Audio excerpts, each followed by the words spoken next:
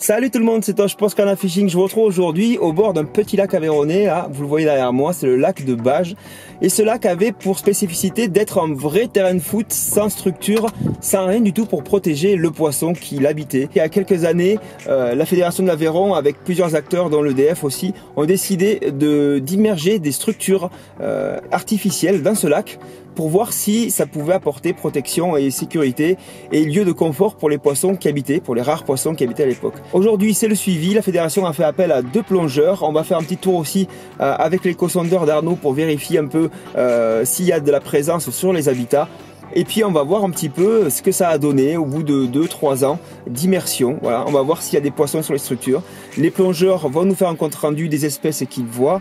Et puis on va voir si ça a marché.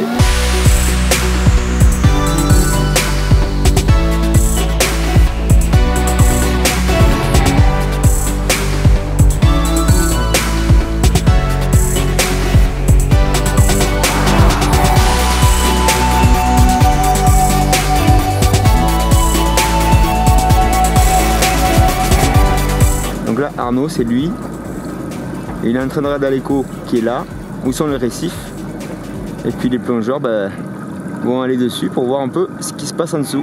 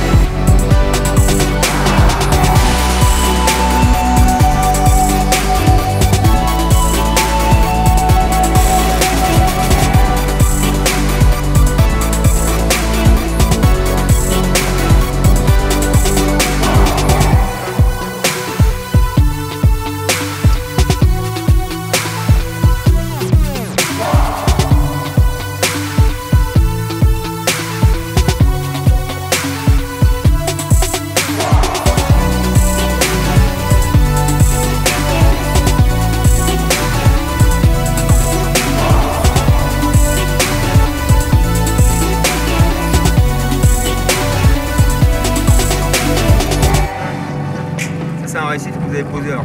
Ouais, voilà. Donc ça c'est un type récif avec des gabions là. Ouais.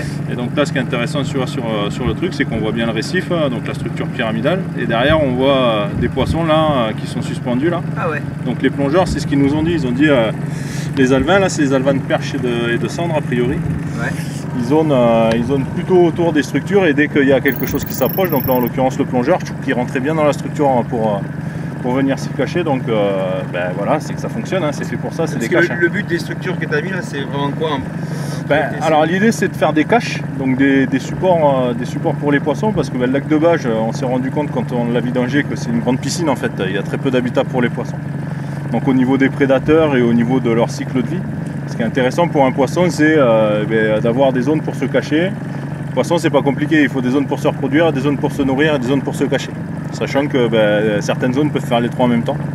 Donc nous l'idée c'est de profiter de la baisse du lac pour faire un peu des expérimentations, essayer de trouver la meilleure solution pour leur faire des caches efficaces, pour qu'on arrive à concentrer les poissons et qu'il y ait plus de poissons dans le lac, hein, tout simplement. Donc là on en a fait 2 sortes, on a fait 2 types, parce que c'est un peu expérimental là ce projet. Donc on a fait des premiers avec des gabions, donc c'est des cages en grillage dans lesquelles on a mis des souches et des cailloux. Ouais. Donc en fait on a mis des mailles assez grosses là, de 10-15 cm de maillage par dessus, donc les poissons peuvent rentrer dedans. Ouais. On a espacé aussi ces cages de gabions les unes des autres pour que les grands poissons puissent rentrer entre les cages, donc faire des espaces plus gros pour des carpes, des carnassiers. Donc ça c'est le premier type, et le deuxième type qu'on a essayé c'est des structures pyramidales avec des buses, ouais, qui font un diamètre de 25 cm, ouais, qui sont empilées les unes sur des autres, et en fait on a 3 structures pyramidales qui sont les unes sur les autres, et donc qui font des structures creuses dans lesquelles les poissons peuvent venir se cacher. Et on a entouré tout ça avec du grillage, un peu du grillage à moutons là. Toujours pareil pour essayer de constituer des abris pour les poissons, pour leur développement, alors toute espèce confondue, hein, on ne cible pas forcément une espèce par rapport à ça.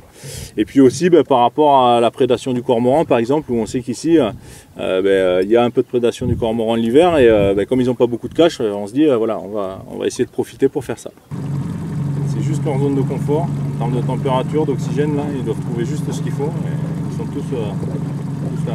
Et là, c'est assez parlant, il y a quand même quelques poissons. Et donc le but de la manœuvre aujourd'hui, c'est que maintenant ça fait un peu plus de 2 ans que les structures sont dans l'eau. Et donc on a fait, pour nous ce qui est intéressant, c'est de faire un suivi et de voir si ça fonctionne. On est venu aujourd'hui, on a fait des plongées, on a passé un petit coup l'échosondeur pour voir de la présence, de l'absence de poissons. J'allais dire que c'est assez encourageant parce que déjà il y a du poisson dans le lac de Bages, donc ça veut dire que les poissons qu'on a mis ne sont pas partis. A priori des premiers résultats qu'on a des plongeurs, ils ont vu plein de petits alevins là, des alevins de perche, des alevins de cendre, donc ça veut dire qu'on a de la reproduction.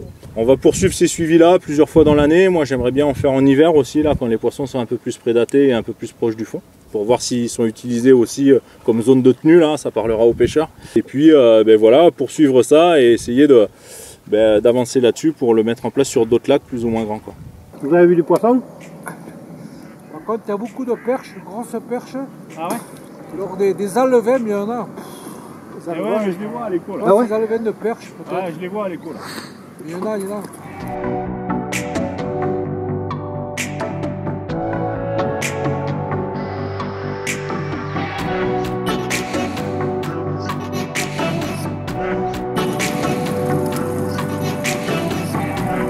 Donc nous voilà au bord du lac de Bages, peut-être pas le plus connu des lacs aveyronnais.